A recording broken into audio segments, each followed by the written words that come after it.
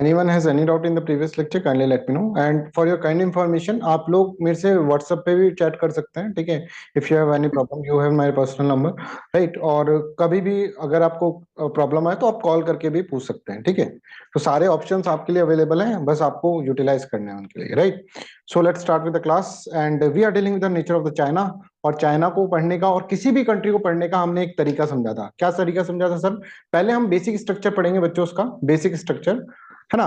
Basic structure पढ़ने के बाद, सारे बेसिक स्ट्रक्चर पढ़ने के बाद, है ना, सारे बेसिक स्ट्रक्चर पढ़ने के बाद फिर अपन देखेंगे करंट अफेयर से उसका किस तरह से लिंक है, ठीक है? हम करंट अफेयर से लिंक उसका समझेंगे कि किस तरह से करंट अफेयर से लिंक है, और फिर ये प्रेडिक्ट करेंगे कि आने वाले समय में क्या होगा, ये भी हम इसके अंदर प्रेडिक्ट करेंगे, राइट? अभी हम नेचर ऑफ चाइना हम समझे थे, और नेचर ऑफ चाइना के अंदर हम पहला कॉन्सेप्ट जो समझा था that is middle kingdom complex. और मिडिल किंगडम कॉम्प्लेक्स के अंदर, चाइना के अंदर एक सुपीरियरिटी कॉम्प्लेक्स है कि भाई संसार के अंदर जो चला रहा है संसार को, वो एक प्रकृति चला रही है, ठीक है? गॉड चला रहा है, इस तरह से आप माने। उसके नीचे जो है that is what, that is China. Second level पे चाइना है, और उसके नीचे फिर कॉमनर्स है। तो भगवान के बाद जो है वो चाइना ही है। तो चाइना कहता है ideally I should rule the world, मुझे रूल करना चाहिए वर्ल्ड को, that is known as middle kingdom complex. Yes Colin want to say something? Yes please Colin. Sir एक डाउट था सर। और जैसे सर नाम के अंदर सर आपने एक पॉइंट लिखवाया था कि नाम was used to mean stop the entry of Germany and Japan into UNSC permanent council. Sir इसका थोड़ा एक बार आप पढ़ाएंगे, बैकग्राउंड बता देंगे पढ़ाएंगे क्या? यूनाइटेड नेशन सिक्योरिटी काउंसिल की परमानेंट मेंबरशिप शीट पढ़ाएंगे ना, तब उसको पढ़ाएंगे, ठीक है? उसका ओके सर। बैकग्राउंड अभी आपने पूछ लिया तो मैं आपको बता देता हूँ। देखिए यूनाइटेड नेशन सिक्योरिटी काउंसिल के अंदर परमानेंट मेंबरशिप सीट के लिए प्रॉब्लम होता है। अब तुम्हें ये नहीं पता कि यूनाइटेड नेशन सिक्योरिटी काउंसिल क्या है, अब ये नहीं पता कि परमानेंट मेंबरशिप सीट कैसे मिलती है, ये नहीं पता कि यूनाइटेड नेशन सिक्योरिटी काउंसिल की क्या क्या पावर है, ठीक है? नहीं सर तो वो ये तो वो ये सर ये बेसिक। पता है, मतलब मैं तो ये पूछ रहा था कि जैसे ना कि उस समय ये कब की बात है सर, मैं ये चीज पूछ रहा था, ये वाली चीज है। देखो कब की बात नहीं, ये ऐसे बोल रहे हैं। उसके अंदर ये जो पॉइंट लिखा था ना, मैंने वो पहले लिख दिया था एक साथ क्योंकि नोट्स बना रहे थे। उसके अंदर ये पॉइंट लिखा हुआ है कि अगर मान लीजिए यूनाइटेड नेशन सिक्योरिटी काउंसिल के अंदर परमानेंट मेंबरशिप सीट के लिए भारत जो होता है वो पार्टिसिपेट करता है, ठीक है? भारत जो पार्टिसिपेट करेगा, तो उसके अंदर क्या होगा कि भारत कहेगा कि मैं एक कंटेस्टेंट की तरह, कि मैं भी जान बनना चाहता हूँ परमानेंट मेंबर, कालिंद, है ना?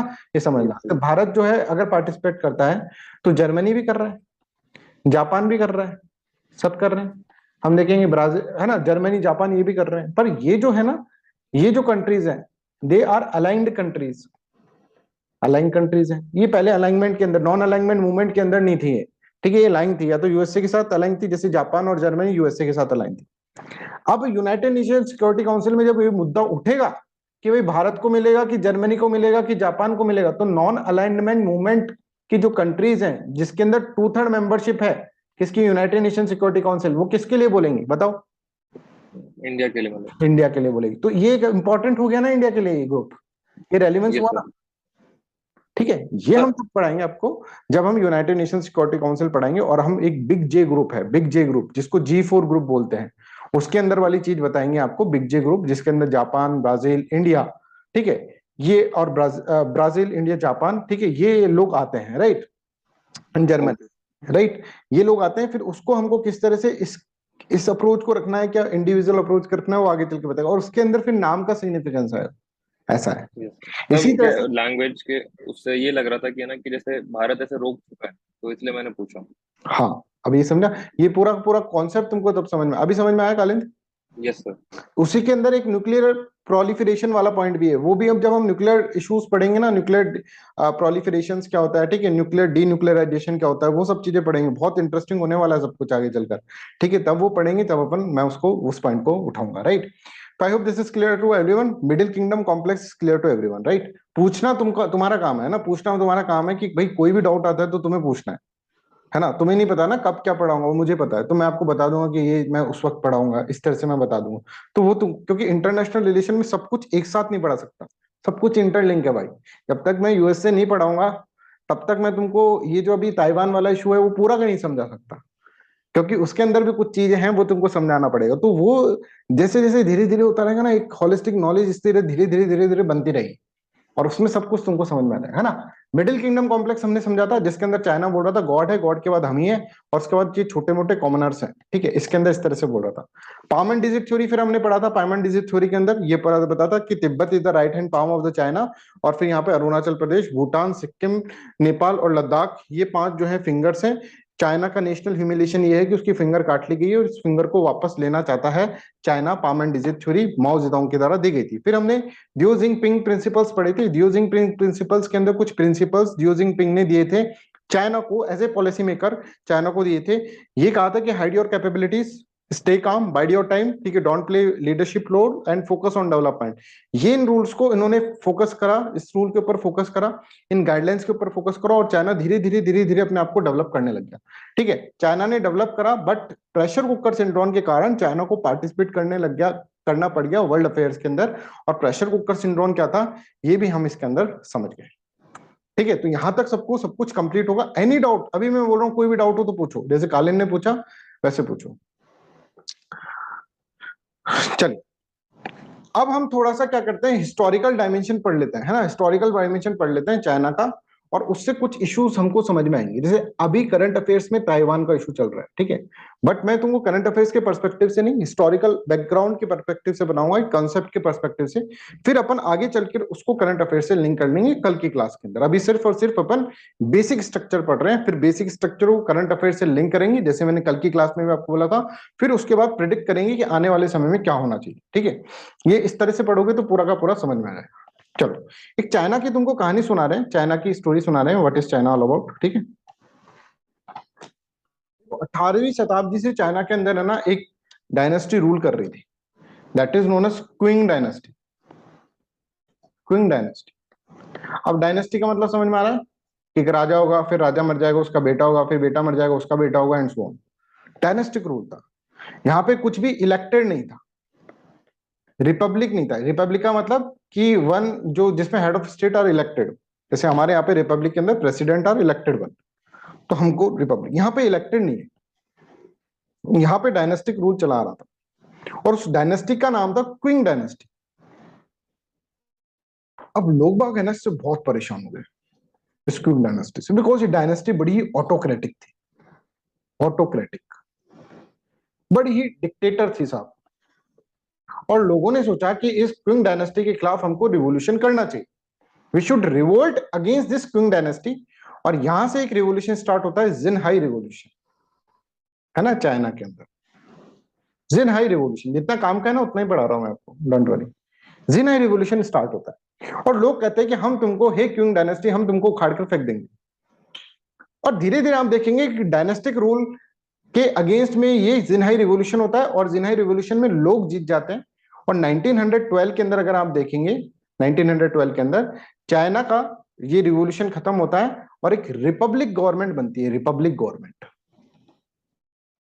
चाइना के अंदर एक रिपब्लिक गवर्नमेंट बनती है, और उसको प्यार से अपन बोलते हैं क्यू मिंग तांग, मिनतांग, ठीक है, क्यू मिनतांग, ठीक है, जिसको अपन केएमटी बोलेंगे। सर प्यार से, इतना बड़ा नाम, ये चाइनीज नेम है। तो जिनहाई रिवोल्यूशन होता है, मतलब क्विंग डायनेस्टी रूल कर रही थी, डायनेस्टी से लोग बाग परेशान हो गए, सबने कहा कि हमको इनको हटाना है, और एक रिवोल्यूशन हुआ, जिनहाई रिवोल्यूशन। जिनहाई रिवोल्यूशन के बाद फिर लोगों ने एक इलेक्टेड गवर्नमेंट बनाई, रिपब्लिक गवर्नमेंट बनाई, जिसका नाम है क्यू मिंगतांग गवर्नमेंट, यहां पर बनी। अब क्यू मिंगतांग गवर्नमेंट जो है ना, यहां तक लिख लो कि Xinhai revolution where dynastic rule was replaced by the republic government and Kuomintang government form हो गई, राइट। अभी क्यों क्यू मिंगतांग गवर्नमेंट थी ना, इसने भी क्या कहा, इसने भी कहा कि मैं भी क्या करूंगी, मैं भी ऑटोक्रेटिक रहूंगी। ये भी ऑटोक्रेटिक बन गई, ये भी डिक्टेटर बन गई, और इसके खिलाफ भी फिर लोगों ने 1927 के अंदर रिवोल्ट कर दिया। ठीक है, क्यू मिंगतांग गवर्नमेंट के ऊपर।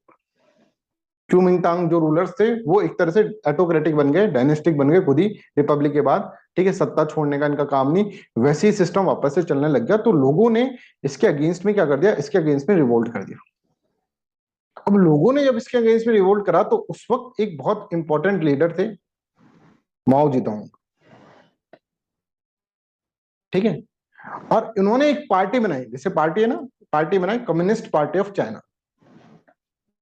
ठीक है, और communist party of China versus KMT हुआ, जिसके अंदर बहुत खून खराब हुआ, उसको अपन को कुछ लेना देना नहीं है, ठीक है, बहुत खून खराब हुआ। और 1949 के अंदर आप देखेंगे, 1949 के अंदर चाइना के अंदर जो सिविल वॉर चला, ठीक है, KMT versus communist party of China, वो एंड हो गया, सिविल वॉर एंडेड। चाइना के अंदर जो सिविल वॉर चला वो एंड हो गया। बट यहां पर क्या हुआ, केएमटी गवर्नमेंट की हार हुई, ये हार गई, ये हार गई। और केएमटी गवर्नमेंट हार गई तो केएमटी गवर्नमेंट जो होगी वो भाग जाएगी, और भाग कर कहीं छुपेगी। और छुपेगी कहां पर, यहां पर देखिए, एक ताइवान नाम का एक आइलैंड था, वहां पर छुप जाएगी, ठीक है। अब ताइवान की हिस्ट्री है कि पहले ताइवान क्विंग डायनेस्टी के अंदर था, फिर ताइवान जो था वो जापान ने ले लिया था, फिर ताइवान वापस से चाइना के अंदर आ गया था, ऐसी इसकी हिस्ट्री है, वो अपने कोई काम की नहीं। पर यहां पर ताइवान पे आकर केएमटी गवर्नमेंट यहां पर आकर बैठ जाएगी, और ये वाली जो गवर्नमेंट होगी इसको बोला जाएगा पीपुल्स रिपब्लिक ऑफ चाइना, जिसके अंदर communist party of China rule कर रही, ठीक है। और यहां पर जो ताइवान है, वहां पर क्या होगा, ताइवान के अंदर बैठ जाएंगी केएमटी, और ये लोग अपने आप को बोलेंगे Republic of China.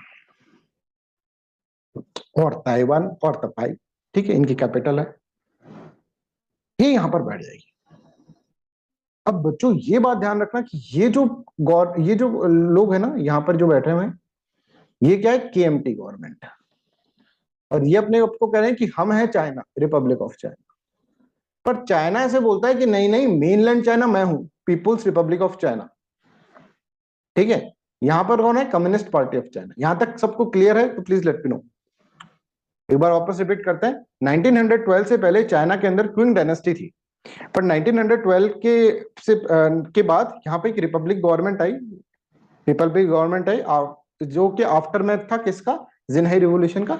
Republic government आती है, और रिपब्लिक गवर्नमेंट के बाद आप देखेंगे यहाँ पर कि रिपब्लिक गवर्नमेंट जो होती है उसका नाम है क्यूमिंगतांग।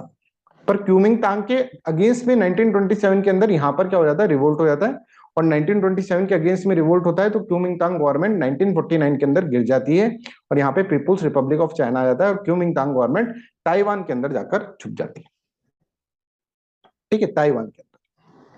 अब ताइवान और चाइना का अगर ये वाला बॉर्डर एरिया देखे तो इससे 100 माइल्स दूर ताइवान है, ठीक है। ताइवान और चाइना क्या है, दूर दूर है थोड़े से, राइट। और यहाँ पर ये ताइवान जो है इंटीग्रल पार्ट है चाइना का ही, पर यहाँ पर केएमटी गवर्नमेंट बोलती है कि हम रिपब्लिक ऑफ चाइना है, और ये बोलते हैं कि हाँ ठीक है चलो हम पीपुल्स रिपब्लिक ऑफ चाइना है, और इसको मेनलैंड चाइना बोला जाता है, और इसको ताइवान को रिपब्लिक ऑफ चाइना बोला जाता है। अब यहां तक ये बात है। अब वर्ल्ड का कैसा अप्रोच रहेगा, 1970s तक आप देखेंगे यूनाइटेड नेशन और वर्ल्ड जो है इसको सपोर्ट करेंगे, रिपब्लिक ऑफ चाइना, इसको रिकॉग्नाइज करेंगे कि यही चाइना है। पर 1970 के पास जब चाइना का बहुत ज्यादा इंफ्लुएंस बढ़ने लग जाएगा पीपुल्स रिपब्लिक ऑफ चाइना का, ठीक है, और हर फील्ड के अंदर इसका इन्फ्लुएंस बढ़ेगा, तो लोग यूनाइटेड नेशन और वर्ल्ड जो है, यूएसए और ये सारी कंट्रीज जो हैं, ये इसको क्या कर देंगी, इसको रिकॉग्नाइज करेंगे कि यही चाइना है, रिकॉग्नाइज करेगी कि यही चाइना है। तो अभी मेजोरिटी ऑफ कंट्री ने इनको रिकॉग्नाइज कर रखा है कि चाइना जो है ना वो ये है। समझ में आ रहा है? अब चाइना का क्या पर्सपेक्टिव है समझो, चाइना का पर्सपेक्टिव क्या है समझना। चाइना ऐसा बोलता है कि देखो भैया, ये रिपब्लिक ऑफ चाइना है ना, वन डे और another I will take it back, ये मेरा इनएलिनेबल पार्ट है, एलिनेबल पार्ट है। रिपब्लिक ऑफ चाइना जो है और ताइवान के अंदर जो केएमटी गवर्नमेंट के रूलर्स रह रहे हैं अभी, और ये जो गवर्नमेंट बनी हुई है यहाँ पर, ये मेरा इनएलिनेबल पार्ट है, चाइना से बोलता है। और भैया there is nothing known as two China, कोई दो चाइना नहीं है कि एक पीपुल्स रिपब्लिक ऑफ चाइना है और एक रिपब्लिक ऑफ चाइना है, ऐसा नहीं है बिल्कुल। There is only one China, that is people's republic of China. And ये जो रिपब्लिक ऑफ चाइना तुम बोलते हो, that is an integral part of China, ये चाइना का इंटीग्रल पार्ट है, मतलब ताइवान जो है वो चाइना का ही पार्ट है। अभी हमने ठीक है थोड़े दिनों के लिए उनको दे रखा है, पर किसी भी टाइम पर हम इनसे वापस ले सकते हैं।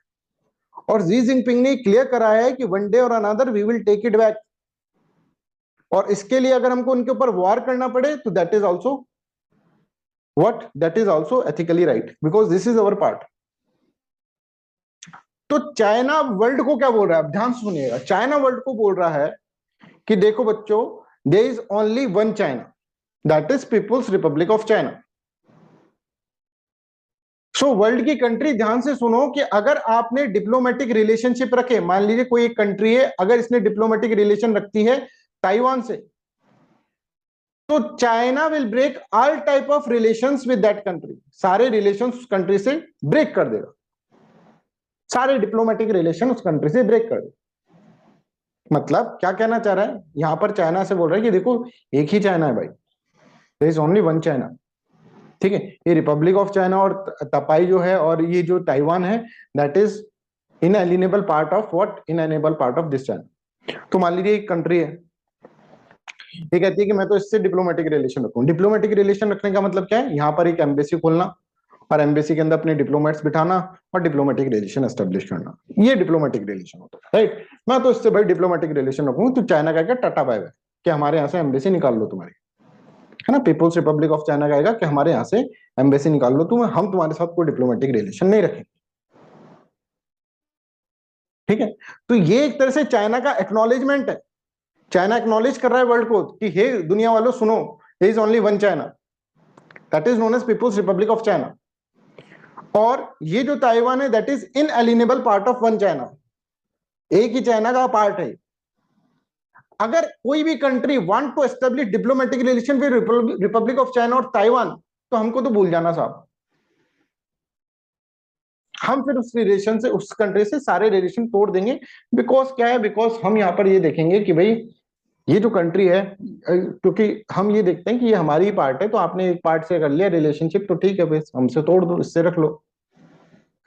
पर वर्ल्ड जो है ना, वर्ल्ड वो हमेशा क्या करेगा, पीपुल्स रिपब्लिक ऑफ चाइना की तरफ ही जाएगा, राइट। तो यहाँ पर आप देखिए, क्योंकि इसका इंपॉर्टेंस ज्यादा है।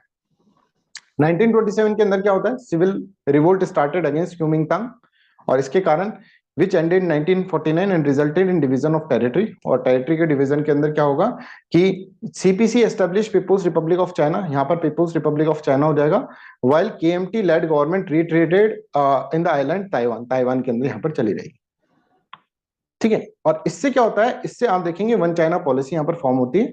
One China policy is diplomatic acknowledgement of China's policy that there is only one Chinese government, एक ही चाइना है साहब, एक ही चाइना है। China insisted that Taiwan is an inalienable part of one China, है ना। पीपुल्स रिपब्लिक ऑफ चाइना कह रहा है कि ताइवान जो है इनएलिनेबल पार्ट है। So any country that wants diplomatic relation with mainland China must break official relation, official diplomatic ties with republic of China, ठीक है। तो यहां पर आप देखेंगे कि ये इस तरह से हुआ, इस तरह से इसके अंदर बोला। और यूएसए ने भी 1970s तक तो ये यूएसए किसके साथ था, ताइवान के साथ था। अब ताइवान के साथ डिप्लोमेटिक रिलेशन में फिर 1970s के अंदर, क्योंकि यूनाइटेड नेशन ने भी रिकॉग्नाइज कर लिया और चाइना की बहुत ज्यादा बढ़त होती रही, पीपुल्स रिपब्लिक ऑफ चाइना की, और सब ने रिकॉग्नाइज करने लग गए, सब किसको, चाइना को। तो ये one China policy, I hope this is clear to everyone. अब देखो, अब चाइना से बोलता है, अब देखो मैं तुमको ये समझाता हूँ, ये वैसे तो मैं जब यूएस से पढ़ाऊंगा तब मैं तुमको समझाऊं, पर थोड़ा सा आप समझो। अब मान लो ताइवान के अंदर कोई बड़ा ऑफिसर आ रहा है यूएसए से, कोई ऑफिसर आ रहा है बड़ा, है ना, जैसे नैन्सी पेलोसी गई, वो कौन है, स्पीकर है, जैसे हमारे यहाँ पे स्पीकर होते हैं ना, वो, है ना, जैसे हमारे यहाँ पे स्पीकर होते हैं ना, वैसे नैन्सी पेलोसी गई, तो एक बड़ा आदमी जा रहा है। तो मतलब क्या है, डिप्लोमेटिक रिलेशन एस्टेब्लिश होने की काबिलियत शुरू हो गई। तो जैसे ही नैन्सी पेलोसी इस पे जाएगी ताइवान के ऊपर, तो चाइना चिल्लाएगा, बिल्कुल चिल्लाया, चाइना चिल्लाया भाई अभी, ठीक है। अब इस इशू को अपन डिटेल में पढ़ेंगे, है ना, ये क्या इशू है ये अपन डिटेल में पढ़ेंगे जब हम यूएसए को पढ़ेंगे, या फिर चाइना के बाद हम थोड़ा सा यूएसए को पढ़कर उसको समझा देंगे तुमको इशू को, जिससे तुम्हारी क्यूरियोसिटी खत्म हो जाएगी, राइट, है ना, शांत हो जाएगी थोड़ी। अब यूएसए, है ना, यूएसए का अगर यहाँ पे जाएगा तो ये चाइना चिल्लाएगा, तो यूएसए वाला कह रहा है कि भाई मैं तो डिप्लोमेटिक रिलेशन किससे रख रहा हूँ, चाइना से रख रहा हूँ। यूएसए जो है ना, इस पॉलिसी के अंदर यहाँ पर क्या है, यूएसए का एक जो है ना ड्यूअल नेचर वो दिखेगा आपको। देखो क्या दिखेगा, एक एक करके बात करते हैं। देखो एक्चुअली ताइवान जो है ना, ताइवान अगर आप देखेंगे, इंपॉर्टेंस देखिए अपन ताइवान के अंदर, तो ये जो स्टेट है Taiwan state, that is very very important, क्योंकि पैसिफिक ओशन और साउथ चाइना सी को जोड़ता हुआ, और साउथ चाइना सी फिर आगे जाके इंडियन ओशन को जोड़ता हुआ एक नैरो स्टेट है ताइवान स्टेट, ठीक है। अगर यहां पर कब्जा हो जाता है किसका, चाइना का, तो यूएसए को फ्रीडम ऑफ नेविगेशन जो होगा ना वो बिगड़ जाएगा। मैं क्या बोल रहा हूँ, अगर यहाँ पे कब्जा हो जाता है चाइना का तो यूएसए का फ्रीडम ऑफ नेविगेशन, मतलब जो आराम से यहाँ से ट्रेड कर रहे हैं ना, वो बिगड़ जाएगा। और भी बहुत सारे पॉइंट हैं, जैसे ताइवान के अंदर सेमीकंडक्टर इंडस्ट्रीज हैं बड़ी बड़ी, वो भी एक पॉइंट है, पर वो सब चीजें हम डिटेल के अंदर बाद में पढ़ेंगे, अभी मैं तुमको शॉर्ट में बता रहा हूँ बस चीजें, है ना। तो यहाँ पर क्या है, यहाँ पर कंट्रोल किसका होना चाहिए, यूएसए का होना चाहिए, तभी जाकर यहाँ पर चीजें। तो यूएसए क्या करता है, यूएसए चाइना को ऐसे बोलता है कि देखिए चाइना, हम एक्नॉलेज कर रहे हैं किसको, वन चाइना पॉलिसी को, 1970 से हम एक्नॉलेज कर रहे हैं वन चाइना पॉलिसी को, बट हम जो है ना ताइवान के साथ ऑफिशियल टाइज नहीं रखेंगे, अनऑफिशियल टाइज रखेंगे, और कभी भी अगर तुम अटैक करके ताइवान को कब्जा लोगे तो हम उसका रिटेलिएशन करेंगे। मतलब डबल नेचर समझ रहे हो यूएसए का, कि हम ये बोलते हैं वन चाइना पॉलिसी को तो हम मान रहे हैं, चलो वन चाइना पॉलिसी को हम मान रहे हैं, कि वन चाइना पॉलिसी हमने मान ली, there is only one China, पर हम इससे डिप्लोमेटिक रिलेशन भी नहीं रखेंगे ताइवान से, बट हम हमेशा क्या करेंगे, हम हमेशा इसके साथ रहेंगे, तुम कभी भी इसको फोर्सफुली नहीं लोगे, जिस दिन तुमने इसको फोर्सफुली ले लिया तो हम रिटेलिएट करेंगे, हम इसकी रक्षा करेंगे। इसको बोलते हैं बार्गेनिंग चिप, बार्गेनिंग चिप। अब ये समझना साहब ये क्या है, कि मतलब यूएसए चाइना को कंट्रोल करता है इससे, कैसे, यूएसए चाइना को ऐसे कंट्रोल कर रहा है कि चाइना तुम ज्यादा उड़ोगे ना तो हम ये ताइवान वाला जो है ना चिप, बार्गेनिंग चिप, ये एक बार्गेनिंग चिप है, ठीक है, ताइवान वाला इशू उठा देंगे, ताइवान को सपोर्ट कर देंगे, और चाइना घबराता है इसका, इससे कि अगर यूएसए ने ताइवान को सपोर्ट कर दिया, ठीक है, इस तरह से सपोर्ट कर दिया, इंडिपेंडेंस के लिए सपोर्ट कर दिया इसको, ठीक है, तो फिर हो सकता है कि हमारे हाथ से ये ताइवान निकल जाए। ये समझ में आया। तो यूएसए बार बार में, हमेशा ट्रंप के टाइम से देख लो, ट्रंप के इलेक्शन से पहले भी ट्रंप ऐसे बोलता था कि हम वन चाइना पॉलिसी के बारे में वापस सोचेंगे, है ना। ताइवान को हमेशा यूएसए प्रोटेक्ट करता है, एक तो ये है कि फ्रीडम ऑफ नेविगेशन के कारण, कि यहां से इसके शिप पे जाना, फिर चाइना की परमिशन लग जाएगी उसके अंदर, अभी तो ये ताइवान के अंदर से चले जाते हैं, ये पूरा का पूरा एरिया जो है यहाँ से लेकर, है ना, फिलीपींस वाला एरिया और ये सब जो एरिया है ना, ये सारे के सारे दोस्त हैं किसके, यूएसए के। यूएसए के दोस्त होने का मतलब क्या है, यूएसए इनको प्रोटेक्शन दे रखा है कि भाई तुम्हारे ऊपर, तुम्हारी सोवरेंटी और इंटेग्रिटी पे कोई खतरा आया तो I am there for you. और यूएसए चाइना से कहता है कि भाई चाइना, अगर तुम हमारे खिलाफ ज्यादा कुछ करोगे ना तो हम ताइवान का साथ दे देंगे और ताइवान के अंदर एक इंडिपेंडेंस मूवमेंट स्टार्ट करवा देंगे, जिसके अंदर तुम जो ख्वाब देख रहे हो कि हम ताइवान को ले लेंगे अपनी साइड, वो नहीं हो पाएगा, फिर तो पूरा वो अलग एक कंट्री को रिकॉग्नाइज करवा देंगे। इससे वो कंट्रोल करता है किसको, China. Is this clear with everyone? Kalin clear है? Yes sir. Ujjwala, Neha, Ankita, yes sir clear है। Devyani, is this clear? Yes sir clear.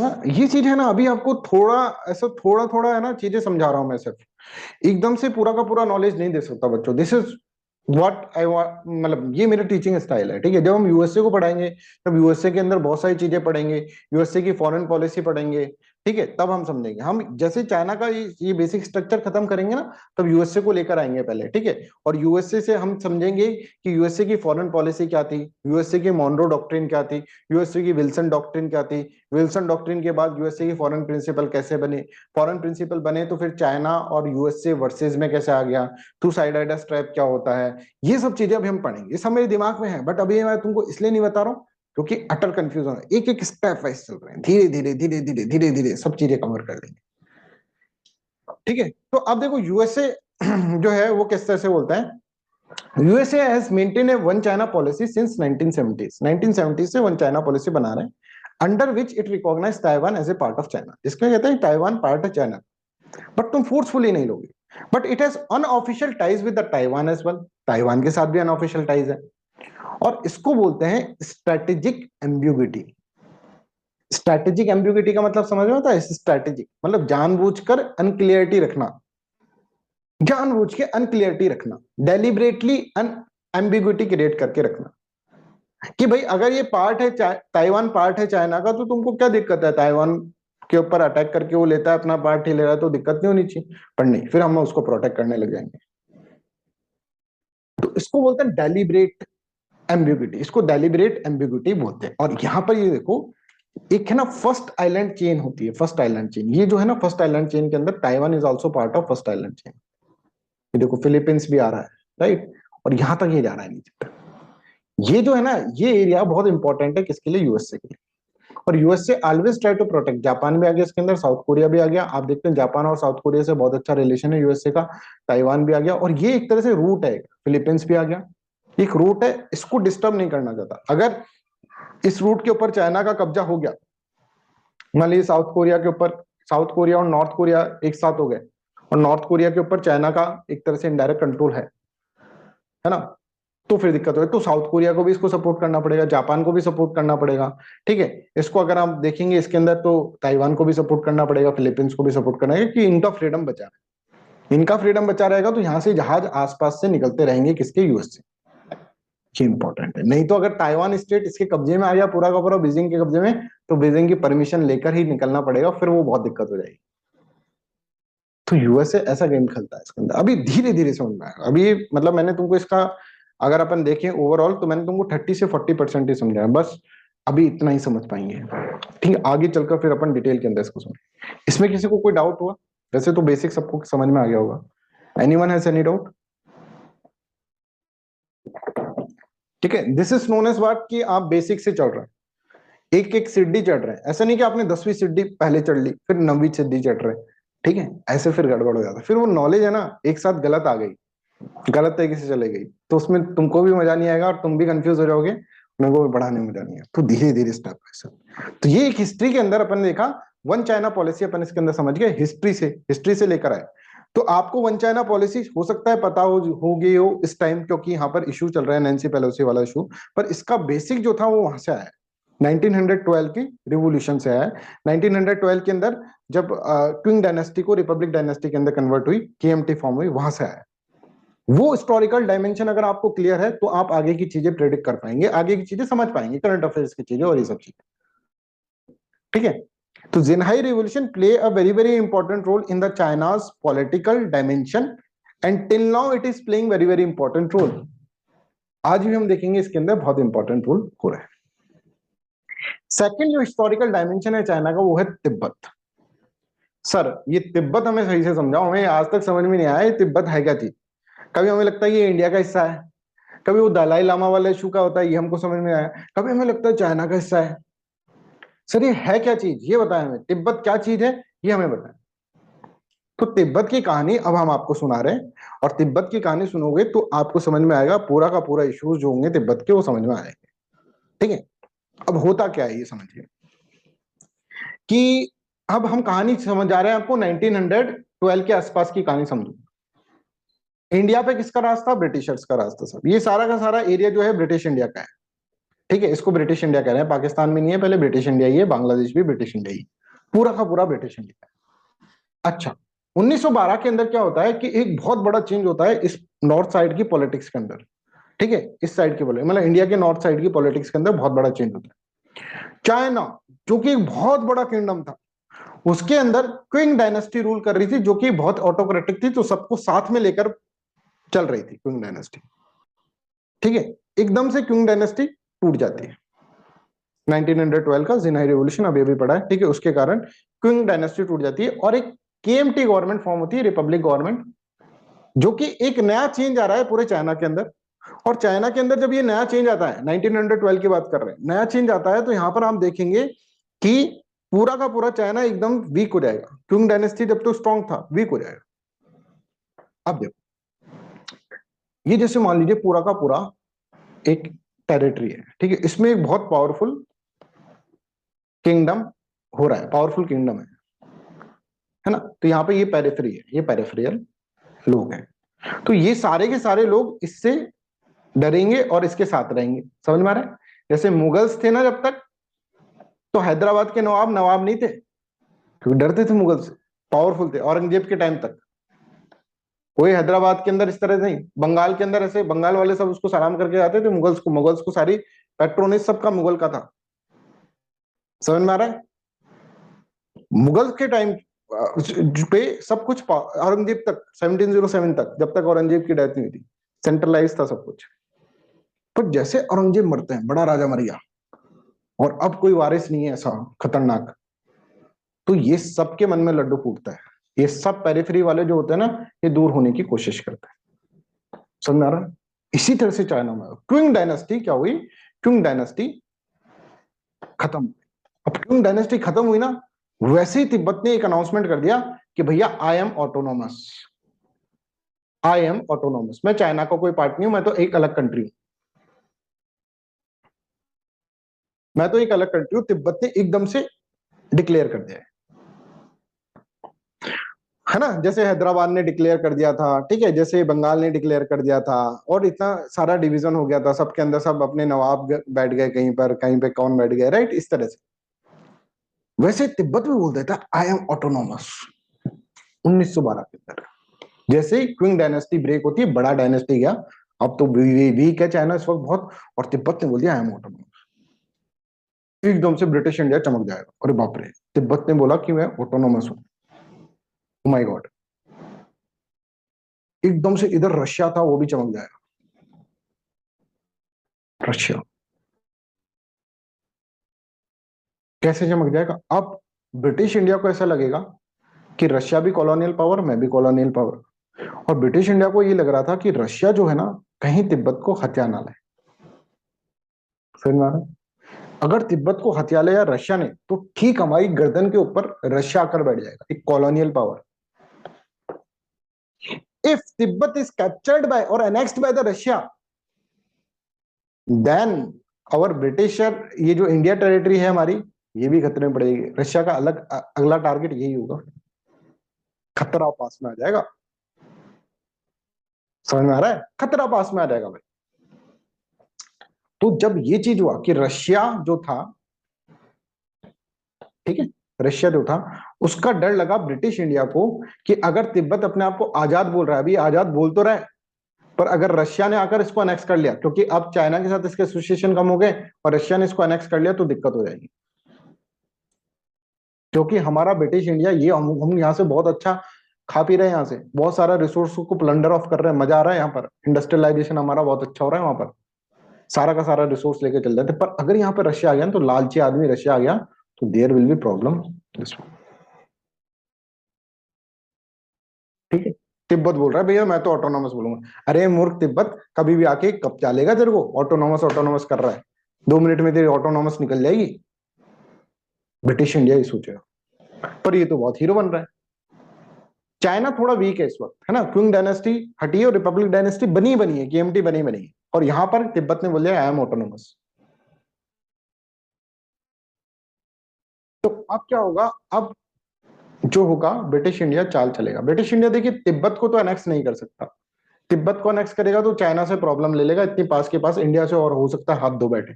China अगर तिब्बत को अनेक्स कर लेगा तो रशिया बोलेगा भाई तिब्बत को कैसे अनेक्स कर लिया तूने, है ना, ये रशिया चाइना के साथ मिलकर मार सकता है। तो ब्रिटिश इंडिया वाले सोचे हम तिब्बत को अनेक्स तो नहीं कर सकते। हाँ, तिब्बत जब चाइना के साथ था ना, तब तक मस्त था, तब तक रशिया और कोई उसको नहीं। अब तिब्बत बोल दिया ऑटोनोमस, ये पागल आदमी बोल दिया कि मैं ऑटोनोमस हूं, अब रशिया की नजर इस पे पड़ रही है, चीन की नजर इस पे पड़ रही है, और हम इसको ले लेंगे तो रशिया हम पे पक्का पक्का अटैक कर देगा फिर। तो हमें क्या करना है, हमें दिमाग से खेलना है, और दिमाग के लिए तो ब्रिटिशर्स जाने जाते थे। तो ब्रिटिशर्स क्या करते हैं, कॉन्फ्रेंस बुलाते हैं, शिमला कॉन्फ्रेंस, शिमला कॉन्फ्रेंस बुलाते हैं 1914 के अंदर, है ना बच्चों, बेसिक क्लियर करो, अपने आप कहानी सुनोगे ना तो बिल्कुल याद रहेगा, तिब्बत वाला इशू पूरा क्लियर हो जाएगा।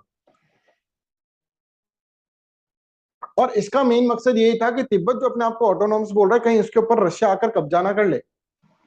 और शिमला कॉन्फ्रेंस के अंदर 3 दोस्त बैठेंगे, 3 लोगों को बुलाएंगे, अब ये समझो। पहला जो होगा दैट इज ब्रिटिश एम्पायर की तरफ से आएगा, और ब्रिटिश एम्पायर की तरफ से पता है कौन जाएगा, मैक माहोन। सर मैक माहोन जो हम सुने ना, इससे हमको मैक माहोन लाइन याद आ गई, अभी वही बताएंगे। ठीक है, देखो सब कुछ बेसिक से चलो, है ना, मैक माहोन ये आएंगे ब्रिटिश इंडिया। दूसरा जो होगा वो आएंगे गवर्नमेंट ऑफ तिब्बत, जिसने अपने आप को अभी अभी क्या करा था, अभी अभी अपने आप को आजाद बोला था। ठीक है, अरे मैप में पीओके पाकिस्तान का, अरे देखो वो चीजें छोड़ो, है ना, मैप वैप को ज्यादा अपन जो समझ रहे हैं ना वो अपन देखें, ठीक है। प्लीज ट्राई टू अंडरस्टैंड, जो मैप बेस्ट होगा वही मैं तुम्हारे लिए लगाऊंगा ना भाई। मैं थोड़ा ना इस मैप मैंने लगा दिया, मैं तुमको चाइना वाला पार्ट समझा रहा हूँ, ठीक है। प्लीज ट्राई टू अंडरस्टैंड, वो उधर ही रखो। वो उधर दिखा रहा है, इधर दिखा रहा है भाई। मैं थोड़ा, अपन ने थोड़ा ना बोल दिया कि वो अपन को वो वाला मैप लेना है जो बेस्ट यूज है ना। तो इस तरह की कंट्रोवर्सी पे मत जाना, ठीक है। अपन, आपको भी पता है, मुझे भी पता है, जितने नेशनलिस्ट आप हो उतने नेशनलिस्ट में हो। पीओके हमको पसंद नहीं है, ये भी आपको पता है, ठीक है। मेरे को इतना पता है, पर डोंट ट्राई टू, मतलब कि उसको उस तरफ पे मत देखो। बस जो जो मैप एक्चुअली मैप है ना, काफी मैप्स के अंदर इस तरह से दे रखा है, ठीक है। ये वेस्टर्न लोगों की चाल है, ऐसे समझो। काफी मैप्स के अंदर इस तरह की चीजें दे रखी है कि पीओके को उसको कर रखा है, ये कर रखा है, ठीक है। बट हमारे पास मैप्स, फिर कैसे बताऊंगा तुमको वो चीजें? तो वो चीजें मत देखना है ना, ठीक है। तो अब देखिए यहाँ पर क्या होगा, यहाँ पर देखो तिब्बत जो है गवर्नमेंट ऑफ तिब्बत है, ठीक है। एक तीसरा जो होगा वो होगा गवर्नमेंट ऑफ चाइना, ठीक है। तीनों को बुलाएंगे, फिर तुम तीनों आके अपन बात करते हैं। क्या है कि भैया देखो, तिब्बत तुम भी समझो कि रशिया तुमको हत्या लेगा अगर तुम चाइना से अलग हुए तो, ठीक है। ब्रिटिशर्स बोलेंगे हम तो तुम्हारे लिए भले की बात कर रहे हैं, तीनों आ जाओ एक साथ मिलकर अपन बैठते हैं। तीनों आके अपन एक साथ मिलकर यहाँ पर बैठते हैं, राइट। तो यहाँ पर क्या होगा, तिब्बत के अंदर शिमला कॉन्फ्रेंस 1914 होगी। कॉन्टेक्स्ट क्या है, to secure boundaries of British India from Russian empire. Russian empire से ब्रिटिश इंडिया की क्या है, बाउंड्रीज को सिक्योर करना। ब्रिटिशर्स अपना दिमाग चलाए कि ब्रिटिश इंडिया की बाउंड्री सिक्योर करें रशियन एम्पायर से, ठीक है। इसके अंदर तीन लोगों को रहा है, government of British India, government of Tibet and government of China. तीन लोगों को बुलाया। अब एक एक करके चीजें समझते जाएंगे अपन, ठीक है। इसके अंदर क्या बोला गया, पहला पार्ट क्या बोला गया ये समझो। इसके अंदर ऐसे बोला गया, आउटकम इसका ऐसा होगा कि जो तिब्बत होगा ना, सबसे पहले is an integral part of China. सबसे पहले तो ये बोल, तिब्बत बोलेगा भाई ऐसा नहीं, मैं तो ऑटोनोमस हूं। बोले अभी सुनो, ब्रिटिश इंडिया बोले अभी सुनो ध्यान से, तुम इंटीग्रल पार्ट हो चाइना के, ठीक है। बट हम क्या करेंगे, तिब्बत को दो पार्ट में डिवाइड करेंगे, ठीक है। एक होगा इनर तिब्बत, एक होगा आउटर तिब्बत, है ना। सुनते जाओ बस, धीरे धीरे सुनते जाओ। एक इनर तिब्बत और एक आउटर तिब्बत। इनर तिब्बत को बहुत सारी ऑटोनॉमी देंगे, ऑलमोस्ट सारी ऑटोनॉमी देंगे। बट इंटीरियल पार्ट है चाइना का, पर तुमको ऑटोनॉमी दे दी ना भाई। तुम्हारे रूलर, इलेक्टेड रूलर होंगे, तुम अपना रूल चलाओ, कस्टम चलाओ, ट्रेडिशन चलाओ, आराम से यहाँ पर चलाओ। इनर तिब्बत को पूरी की पूरी ऑटोनॉमी सब दे दी। और आउटर तिब्बत जो है वो डायरेक्टली कंट्रोल होगा किसके द्वारा, चाइना के द्वारा। यही लोग थे ना वो ज्यादा भड़क रहे थे, तो इनको कहा कि तुम लोगों को पूरी की पूरी ऑटोनॉमी दे देंगे, और ये वाला आउटर तिब्बत जो होगा वो चाइना के साथ रहेगा। तिब्बत ने बोला सारी ऑटोनॉमी दे दो, बोले हाँ दे देंगे, कोई दिक्कत नहीं। क्यों चाइना दे देगा, चाइना उस वक्त वीक है, ब्रिटिश इंडिया बोल रहा है, इतना बड़ा एम्पायर बोल रहा है, बोले हाँ सब दे देंगे। समझ में आ रहा है? तो यहां पर आप देखो इस मैप के अंदर, अब ये मैप मेरे को कहीं मिला ही नहीं, इनर तिब्बत आउटर तिब्बत का, तो यही मैप लेना पड़ा मेरे को, ठीक है। अच्छा सॉरी, इनर तिब्बत जो होगा that will be integral part of China, है ना, उल्टा हो गया थोड़ा, इंटीग्रल पार्ट ऑफ चाइना होगा। और आउटर तिब्बत जो होगा उसको ऑटोनॉमी अपन दे देंगे, ऑटोनॉमी दे देंगे। आउटर तिब्बत को ऑटोनॉमी दे देंगे, और इनर तिब्बत जो होगा उसको क्या मिलेंगे, उसको अपन क्या करेंगे, वो चाइना का इंटीग्रल पार्ट रहेगा। दोनों ही इंटीग्रल पार्ट है, पर ऑटोनॉमी इसके अंदर दे देंगे। जैसे हमने कश्मीर में ऑटोनॉमी दी थी ना, वैसे यहां पर ऑटोनॉमी दे देगा चाइना, ठीक है। अब यहाँ के लोग जो थे, अपने रिलीजियस लोग, बुद्धिस्ट ट्रेडिशन के लोग, दलाई लामा टाइप के लोग, यहाँ पे अपना रूल चलाने लग गए।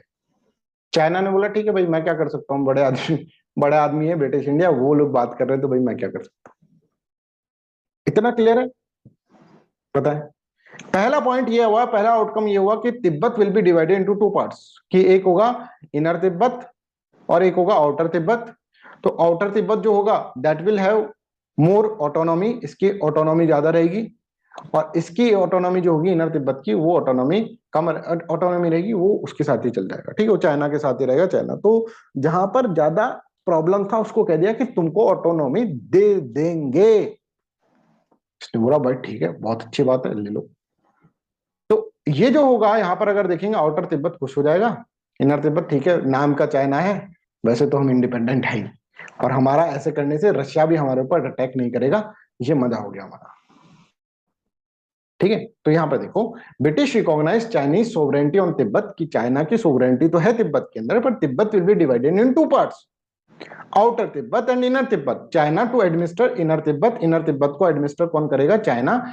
Living outer Tibet completely autonomous albeit under the Chinese suzerainty, China की सुजेरेनिटी में है, मतलब कंप्लीट कंट्रोल नहीं है, सोवरेनिटी में नहीं है, सुजेरेनिटी में है, कंप्लीट कंट्रोल नहीं है, बट उसको पूरा का पूरा ऑटोनॉमी दे रखा है, बट है चाइना का ही पार्ट।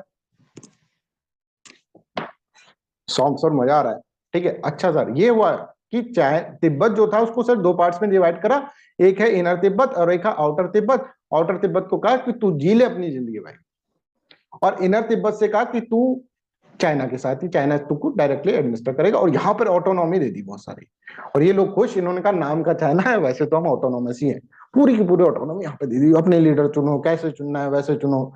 लांबा सिस्टम चल गया, दलाई लामा वाला सिस्टम, उस तरह का सिस्टम यहाँ पर चल गया। चाइना ने कहा कि यार अभी कमजोर आदमी है, 1912 का टाइम चल रहा है, 1914 का टाइम चल रहा है, क्या बोल सकते हैं।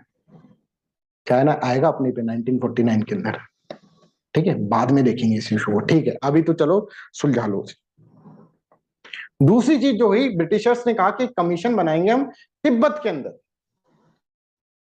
तिब्बत के अंदर एक कमीशन बिठाएंगे। जैसे अब ये तिब्बत है ना, तो इस तिब्बत से कभी भी हमें बात करनी होगी तो हम तिब्बत से डायरेक्टली बात करेंगे, ब्रिटिशर्स ने बोला, हम चाइना से नहीं करेंगे।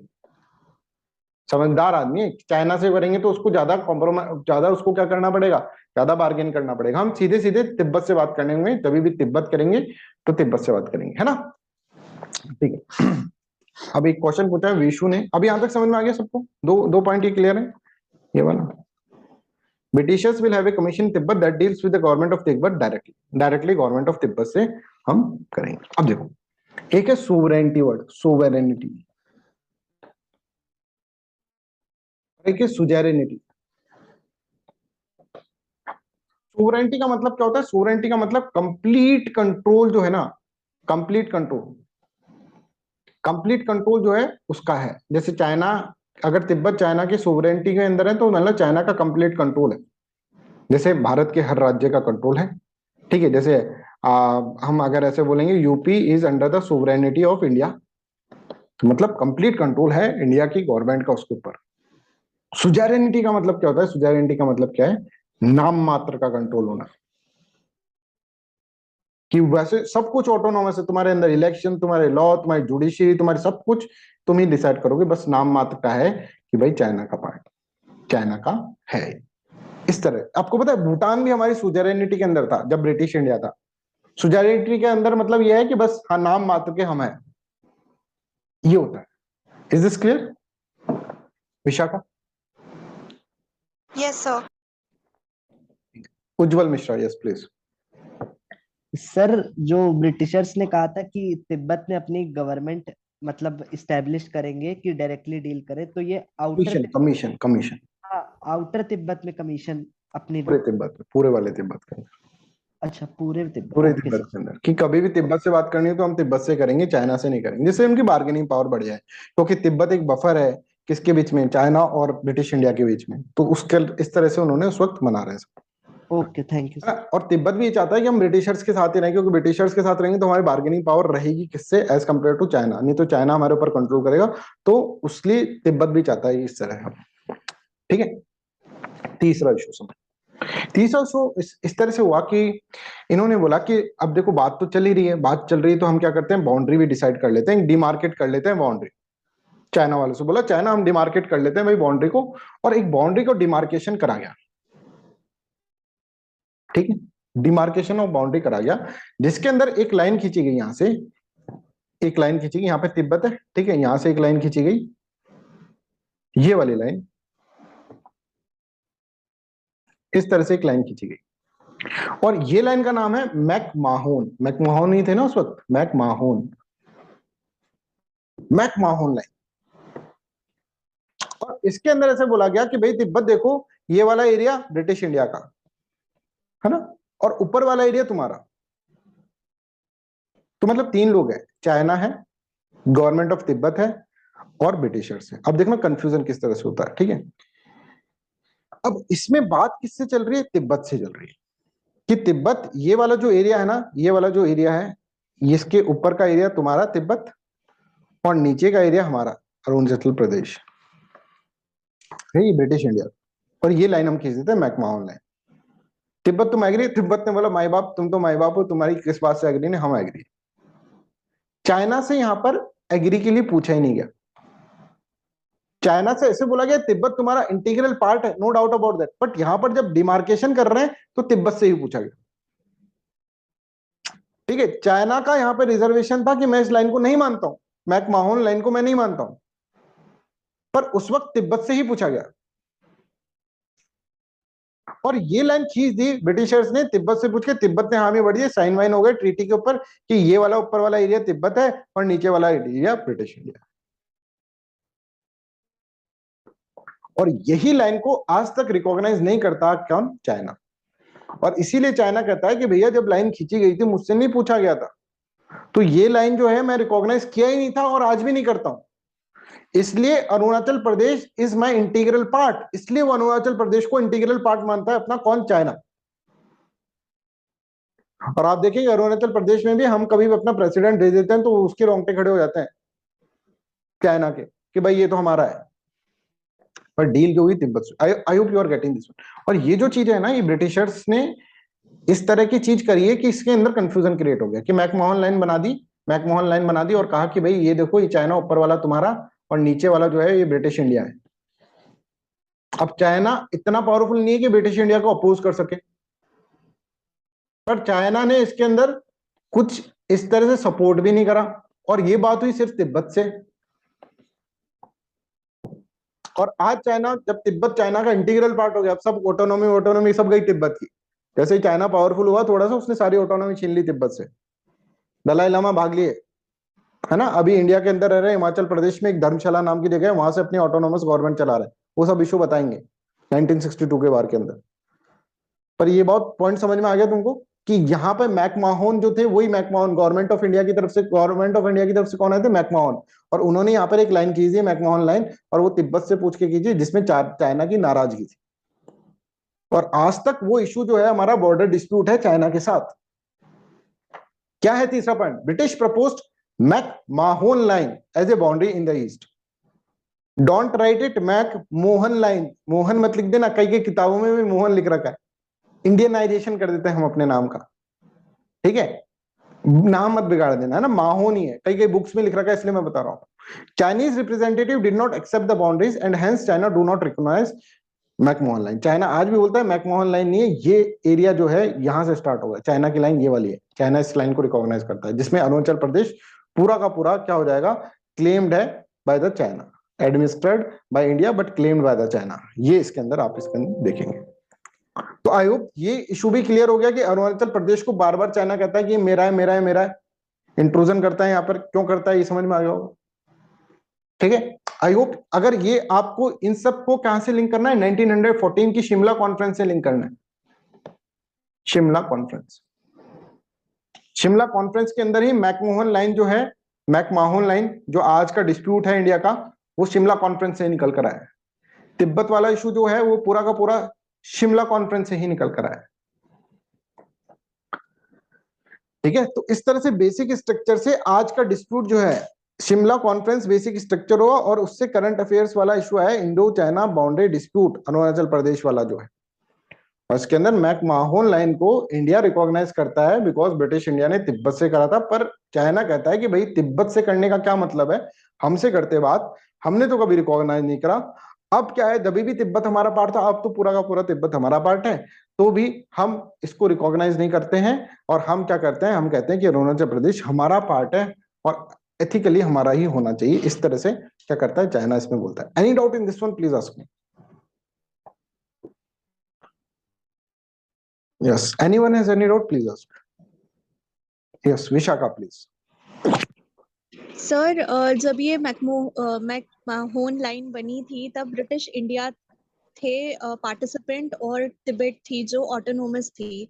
और आज की डेट में देखा जाए तो ना ही ब्रिटिश इंडिया एग्जिस्ट करती है, ना ही वो पहले वाला तिब्बत। तो टेक्निकली देखा जाए तो चाइना सही ही है, क्योंकि मैकमोहन लाइन जो जिन्होंने बनाई थी आज वो ही एग्जिस्ट करते हैं। तो इस व्यू चाइना का जो क्लेम है ना, वो थोड़ा सा अगर हम देखें वो उस डायमेंशन में चाइना का क्लेम जो है उसका पल्लड़ा भारी है, चाइना के क्लेम का पल्लड़ा भारी है। बट हम देखेंगे कि भाई अरुणाचल प्रदेश हमारा इंटीग्रल पार्ट इसलिए है क्योंकि पहले जो ट्रीटीज साइन हुई है वो ट्रीटीज चलती आ रही है, अब एकदम से वो ट्रीटीज को चेंज नहीं करेंगे ना। वैसे देखा जाए तो पलड़ा चाइना का लीगली भारी है अरुणाचल प्रदेश के ऊपर, विश्वा का।